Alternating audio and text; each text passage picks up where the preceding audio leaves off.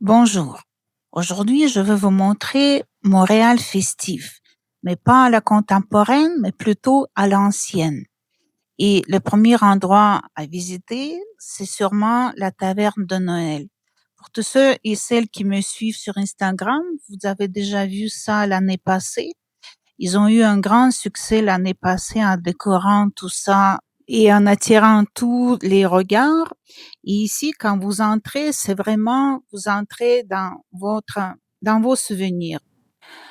Là où votre grand-mère ou votre grand-père voulait une histoire, une conte, une histoire de Noël. Puis c'est vraiment, vous entrez dans vos souvenirs, dans la nostalgie incroyable en regardant toutes ces décorations à l'ancienne.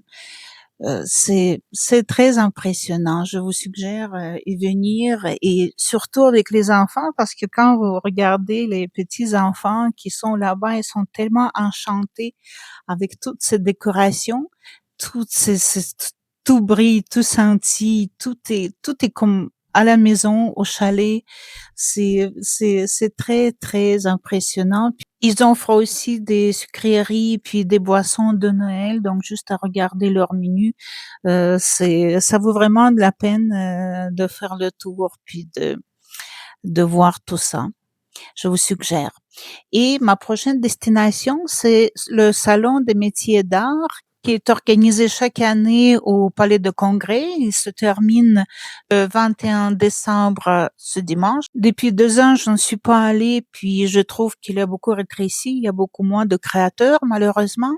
Mais ça vaut la peine de le visiter si ce n'est pas cette année, mais l'année prochaine, parce qu'il y a beaucoup de choses ici qui sont incroyables. Ici, par exemple, une créatrice des bijoux que j'aime beaucoup, puis que j'achète chaque fois les bracelets chez elle. Elle vient de France. Ici, Persévérer, ils font des choses avec du verre, des lampes. En tout cas, c'est très impressionnant aussi. Donc, je vous suggère vraiment le visiter puis parler avec ces gens-là. Regarder les pieds dans le bonheur, mon Dieu, c'est vrai, c'est avec notre hiver, les pieds dans le bonheur, c'est tout à fait vrai. Ça, c'est du TikTok que moi j'aime beaucoup ce jeu jouer à Noël, après Noël avec les enfants. En tout cas, il y a plein de choses incroyables, créatives. Puis parler avec ces gens-là, demander, ils vont vous raconter des histoires, comment ils créent ça, avec quoi ils créent ça, ils vont vous donner des conseils, des suggestions. Euh, c'est vraiment incroyable tous ces créateurs, tout ce qu'ils font. Il y en a que je le vois depuis des années, il y en a des nouveaux. Donc venez, encouragez-les, achetez les cadeaux qui vous manquent si vous n'êtes pas encore allé, donc visiter l'année prochaine. Moi, je vous montre juste mes quelques petits coups de cœur. C'est sûr qu'il y en a beaucoup plus. Comme ici, par exemple, le savon. J'étais très impressionnée. Ils font des savons de toutes sortes. Ils font des kits aussi, mais ici, le savon feutré qui est fait avec l'alpaca. Assez impressionnant. Et ici, c'était mon coup de cœur. La vaisselle, j'ai beaucoup parlé avec Roxane qui fabrique tout ça. En tout cas, visitez vraiment, vraiment, je vous le suggère fortement. Et ici aussi, c'est un autre coup de cœur. C'est une femme qui fabrique tout ça avec des écorces d'arbres qu'elle cherche à côté du lac euh, après que la neige tombe, que la neige fond. Donc, très impressionnant. Ici, ce sont les moines qui fabriquent tout ça des monastères d'ici au Québec. Donc voilà. Et à la fin, ratez pas cette petite collection, ces petites démonstrations en verre. C'était un concours. Puis c'est un artiste qui fabrique tout ça avec des verres. Regardez, c'est très impressionnant quel travail minutieuse. Et mon prochain endroit, mais bien sûr, c'est mon marché préféré. Ça s'appelle Marché Edgewater. En plus, il commençait à neiger. Faites un petit tour dans une petite boutique zone. Mon Dieu, je dis toujours, Montréal est obsédé par les souris. Il y a des souris partout cette année. Mais ici, au moins, j'ai vu des chats, voilà. Il y a ici des classiques comme des chandelles. Ça se fait avec notre fameux sirop d'érable. Bon, après, ils prennent des boîtes de sirop d'érable et font des chandelles. Et des petites maisons, des petites choses, vraiment. J'aime beaucoup cette boutique. Ici, par exemple, des marque-places pour Noël, voilà, quelle idée géniale. Et ici, je suis allée pour visiter un petit marché de Noël qui est juste à côté. Puis regardez, il neigeait, puis c'était absolument magique avec tous ces sapins qu'ils vendent. Un monsieur qui fabrique tout ça avec du bois. Vous pouvez acheter des couronnes, tout est naturel, tout est fait à la main. J'adore ça. C'est vraiment vraiment incroyable. Et voilà, il y a un village de Noël que vous pouvez visiter. Venez avec les enfants parce qu'il y a plein d'activités ici pour les enfants.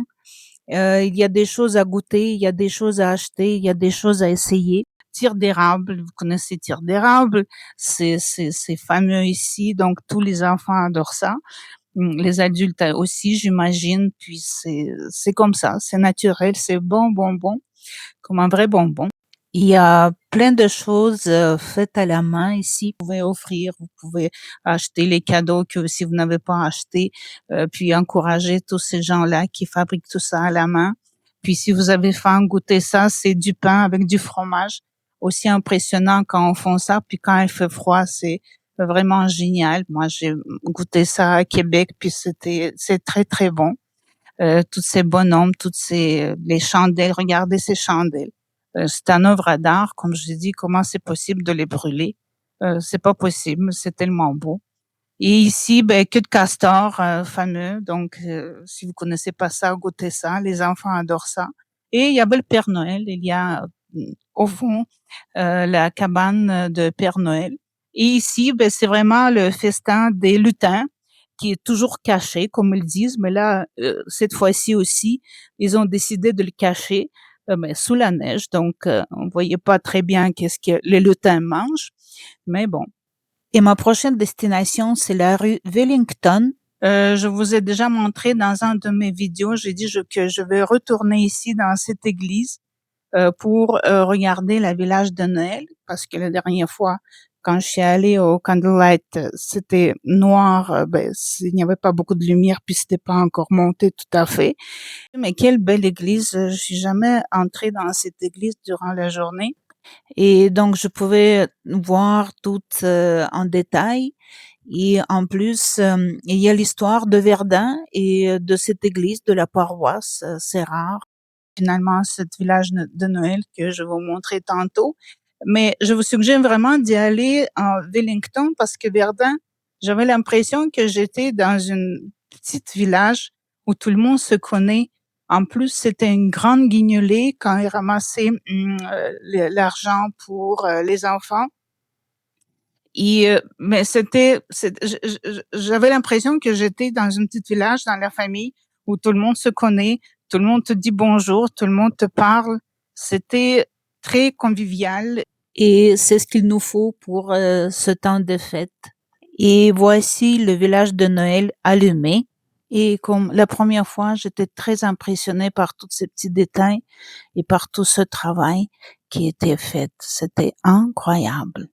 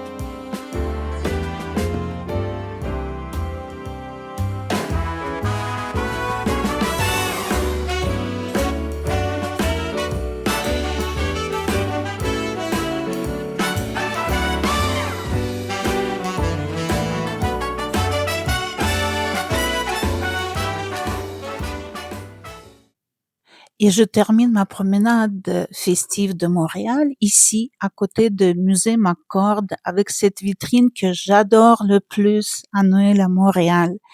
Depuis des années, en fait, depuis 1947, il était dans les vitrines de Gilvy, mais après que tout était rénové, Horton View l'a légué en 2018 à McCord pour préserver. Et maintenant, s'il y a une petite vitrine juste à côté du musée McCord, et malheureusement, il n'y a pas beaucoup de monde qui regarde ça parce que je ne sais pas pourquoi, mais les touristes ou les gens ne traversent pas la rue McGill College où se trouve l'université de McGill. Et ça vaut la peine de visiter. Je vous suggère, surtout quand il neige, surtout le soir, il est allumé. Il est juste à côté du musée. Et l'histoire de ça est assez incroyable. C'est une compagnie bavaroise qui faisait ses vitrines mécaniques à compter de 1911 et le propriétaire de Gilvy achetait deux vitrines, le village enchanté et le moulin dans la forêt. Et il a installé dans ses vitrines et chaque année, à Noël commençait chez Ogilvy avec ses vitrines, avec plein d'enfants, avec plein de gens qui le regardaient. J'ai une excellente histoire à propos des singes de ces vitrines, les madames qui m'ont raconté, mais un jour, si je veux publier un livre, hein, je vais raconter cette histoire, c'était assez impressionnante. Et c'est unique, je pense qu'il reste juste trois vitrines comme ça mécaniques. Il y en a deux à New York, si je me trompe pas, et il y en a une comme ça qui reste à Montréal. Donc, je vous suggère la visiter. Je sais pas pourquoi, mais il y a même pas beaucoup de Montréalais qui connaissent cette vitrine. Donc, traversez la rue McGill College et allez la voir. J'espère que vous avez aimé ça. Je veux dire au revoir et à la prochaine.